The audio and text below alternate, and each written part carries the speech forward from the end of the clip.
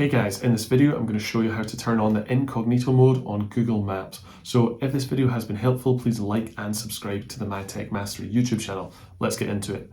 So basically I have Google Maps open on my device right here, and then what you have to do is very simple. Go up to the top right, you can see my profile picture for the channel, My Tech Mastery YouTube channel. Click into that, and then that's going to give us some more options right here.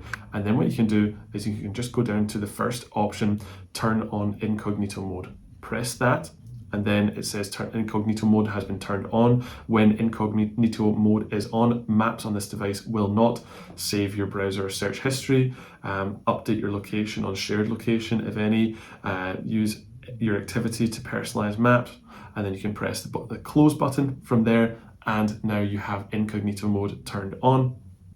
And if you do want to turn it off at any point, you can go back up to the top right. You can see the incognito mode sort of picture, press in there, press then the blue button, turn off incognito mode, and that's going to set your Google Maps back to the normal functions. So anyway guys, if this video has been helpful, please like and subscribe to the My Tech Mastery YouTube channel. And if you do have any questions, leave them down in the comments below. Thanks.